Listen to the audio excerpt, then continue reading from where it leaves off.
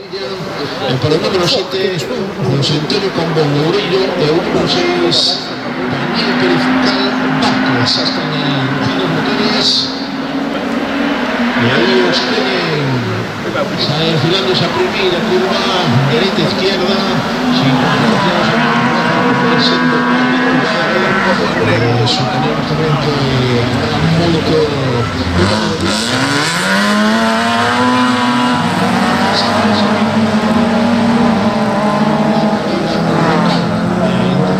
íntegramente por pilotos de la escudería Arteiso Motores para Carlos Tomás Arteiso, a excepción del piloto número 7, José Antonio Cambón.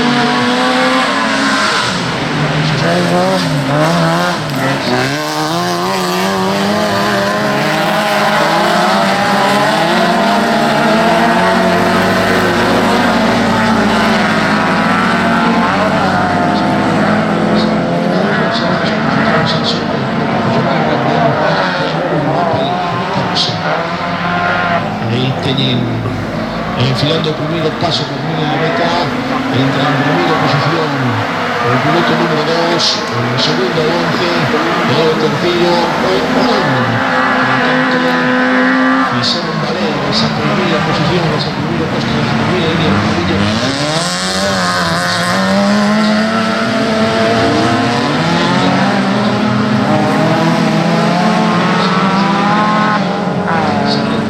Segunda línea de decimos que el primer falta de la piloto principal por el 06, Martín Castro Carrero, número 2,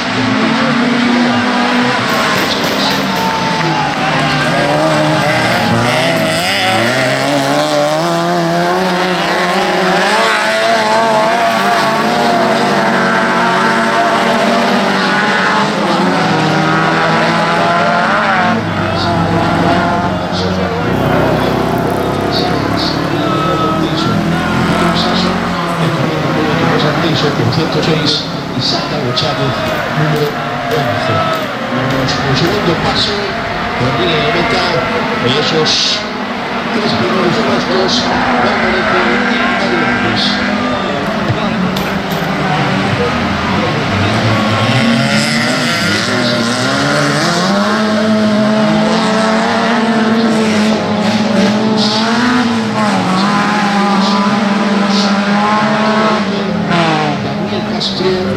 Jesús Santos, Enrique Castro, Michael Ortega, Yolanda López.